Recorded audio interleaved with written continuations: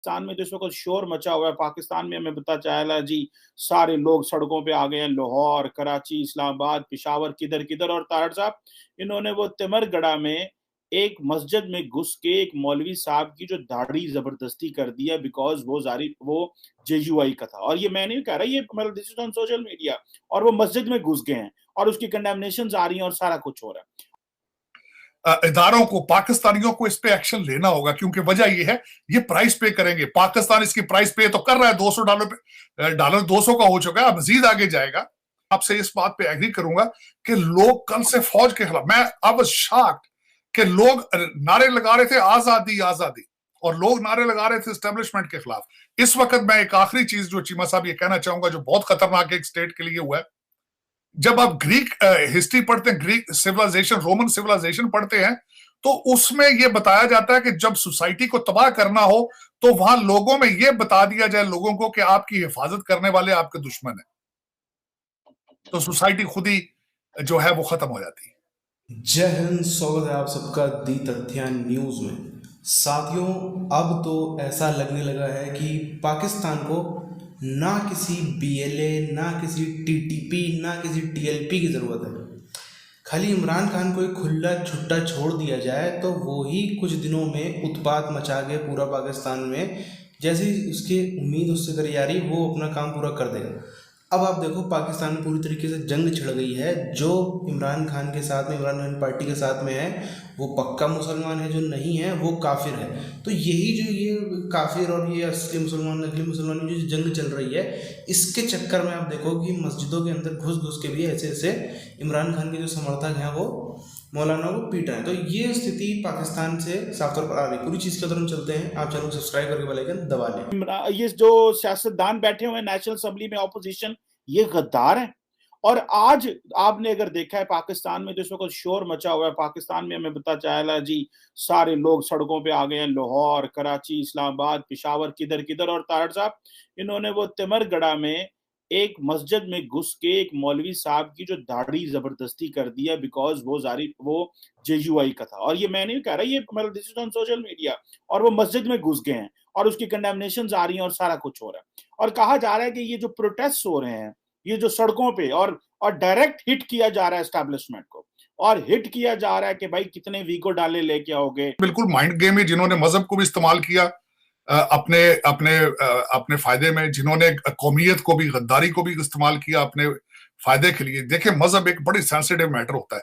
जब उन्होंने ये प्रचार करना शुरू कर दिया कि पीटीआई के अलावा दूसरे नाउज़बिल्लाह सारे काफिर हैं, इससे बड़ा स्टेप क्या लेंगे। और मैंने आपसे इस बात पे एग्री करूंगा कि लोग कल से फौज के खिलाफ, मैं अब शॉक्ड कि लोग नारे लगा रहे थे आजादी आजादी, और लोग नारे लगा रहे थे एस्टेब्लिशमेंट के खिलाफ। लेकिन वजह यह है, असल में हुआ ये है कि ये ज्यादातर पीटीआई के लोग जो है, ये अमीर लोगों के खराब बिगड़े हुए बच्चे हैं, और ऊपर इनके एस्टेब्लिशमेंट का हाथ था। शेख रशीद साहब बार बार कहते थे कि हमारे सरों पे हाथ रख के लाया गया। तो असल में अदारे अभी तक अपना अपना रोल अब समझ नहीं पा रहे, क्योंकि वो हमेशा इनके ऊपर हाथ रखते थे, इनको इग्नोर करते थे। ये मीडिया के, ये एक माफिया बन चुका है। क्योंकि आज जो एक फेडरल वजीर है, पिंडी में खड़े होके उन्होंने ऐलान किया है कि खाना जंगी आगे होगी। खाना जंगी, देखिए खाना जंगी किस तरह होगी भाई? आपकी हुकूमत रहो तो खाना जंगी हो जाती है। आपने नवाज शरीफ को इतना अरसा आपने इनको जेलों में रखा, आपने मरियम नवाज को जेलों में रखा, सबको रखा, उस वक्त तो खाना जंगी नहीं हुई।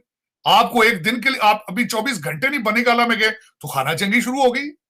ये देखिए क्या, और सेल्फ डिस्ट्रक्टिव आपने उस पर सर्जिकल स्ट्राइक की अपनी फॉरेन पॉलिसी पे और अपने फॉरेन रिलेशनशिप पे। You are completely isolated. और दूसरा ये कि अब जो है उसके बाद एक तो उसको टाइम लगेगा बहुत फिक्स करने के लिए, और उसके बाद अगर आपने वाकई इसको सख्ती से ना डील किया तो वो जो पिंडी से आपके आपके जो पिंडी के फेडरल मिनिस्टर हैं, जो बार बार आपको धमकियां दे रहे हैं कि खाना जंगी होगी, खाना जंगी होगी, वो इशारे आप इन्हीं की तरफ है, एस्टेब्लिशमेंट की तरफ है, और इनको चाहिए कि इसको कंक्लूड। बाकी उन्होंने सही कहा है कि अगर आप इसको नहीं सख्ती से रोकेंगे तो खाना जंगी भी होगी और दहशतगर्दी भी यही लोग करवाएंगे या करेंगे। खाना जंगी, देखिए दहशतगर्दी तो यही है। इनके 2 फेडरल मिनिस्टर तो जलसों में कह चुके हैं कि उनको, मेरा मकसद वो how far they can go. तो अब you have to only see it. मैं कहता हूं ना ही इन चीजों को ट्राई करें तो बेहतर है। इनको चाहिए कि सख्ती के साथ रोकें। अगर मौसम बेग को ले जा सकते हैं तो इनको भी ले जाने में देर नहीं लगेगी। गद्दारी के नारे पसंद करते हैं तारड़ साहब, ये जो जिस वक्त हालात जा रहे हैं कि हम गद्दार कहलाना पसंद करते हैं। अमेरिका से लड़ाई पहले कभी मौलवी लिया करता था, जो मजहबी मौलवी हुआ वो कहा करते थे अमेरिका को, और आज जो है एक ऑक्सफोर्ड ग्रेजुएट जो है वो अमेरिका से लड़ाई ले रहा है। क्या पाकिस्तान इन चीजों का मुतहम्मिल हो सकता है कि हम कानून की वायलेशन करें? एक शख्स जो मर्जी करे, वो जितना मर्जी कानून तोड़े, अवाम नहीं बोलेगी। मैं जिस इलाके से बिलोंग करता हूं वहां पे हालत ये होती थी कि कोई एक बंदा सड़क से उठ के अगर किसी थानेदार को थप्पड़ मार देता था तो वहां से वो एमएनए बन जाता था। तो ये क्राइटेरिया होता था। और इसी तरह की मेरा ख्याल है खान साहब उसको बड़े अच्छे तरीके से समझ चुके हैं उसी क्राइटेरिया को। अब इनके ऊपर 54 इलेक्शन कमीशन की एलिगेशंस थी कि इन्होंने उनके कवानीन को पामाल किया है, election violation. Sit as a sitting prime minister इस वक्त पाकिस्तान की मौलवी बरादरी को होना चाहिए, क्योंकि ये काम कारोबार उनका था ये, और उस पर इमरान खान साहब ने शाबखून मारा है। उनको फिक्र होनी चाहिए कि उनका कारोबार आगे किस तरह चलेगा।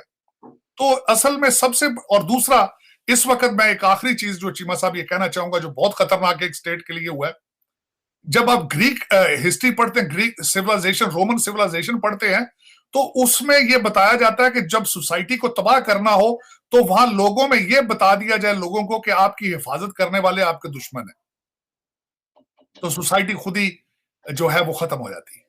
पहले जो मेरे नजर में यह था कि he was not a good manager. Manager से मुराद ये है कि अच्छी टीम नहीं ला सके, अच्छे डिसीजन नहीं ले सके।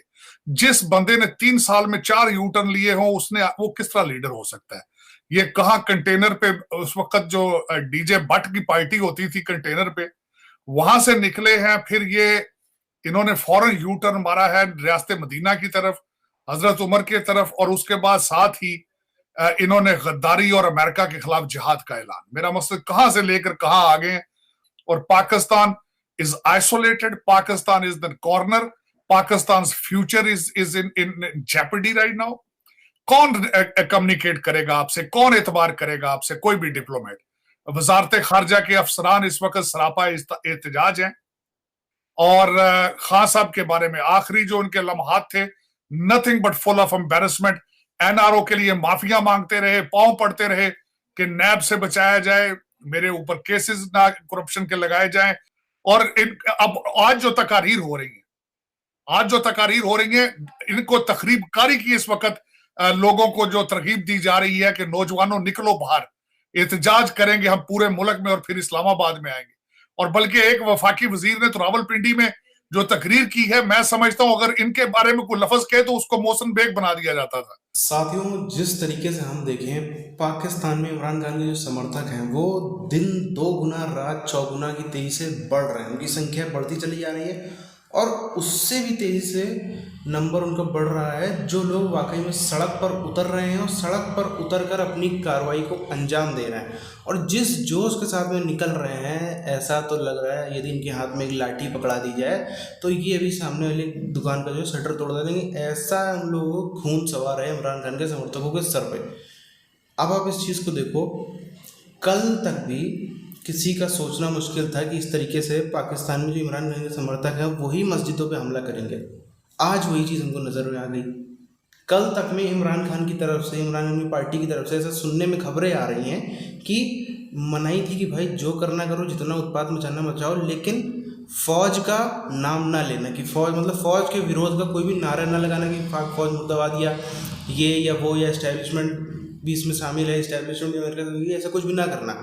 लेकिन पब्लिक को थोड़ी सी माचिस दिखाओ। पब्लिक तो आप सब जानते हैं किस तरीके की पब्लिक जो है, जो बिना बात के अपना फ्रांस से न लेना एक न देना दो, उसके एम्बेसडर को बाहर निकालने के लिए अपने ही खुद के मकान में आग लगा लेती है, अपने खुद ही के लोगों को निपटा डालती है और फिर उसके बाद फ्रांस से भी नुकसान करवा बैठती है। तो यहाँ पे तो फिर कितनी ही बड़ी सिचुएशन हो गई थी, आप उस चीज़ को समझ ही सकते हैं। तो लोग इस समय जो है वो खून सवार है। पुलिस वाले इस समय वाकई में छुपे फिर रहे हैं। परसों यही पुलिस वाले थे, रात में इन लोग को लाठियों से पकड़ पीट रहे थे। आज वही पुलिस वाले बैकफुट पे नज़र आ रहे हैं। खाली जो मेन जगह है वहाँ पर तो उनकी तैनाती दिखेगी नो डाउट, लेकिन उसके अलावा थोड़ा सा अगर उससे हम दूर जाएँ तो वहाँ पे इमरान खान के समर्थक भारी पड़ रहे हैं।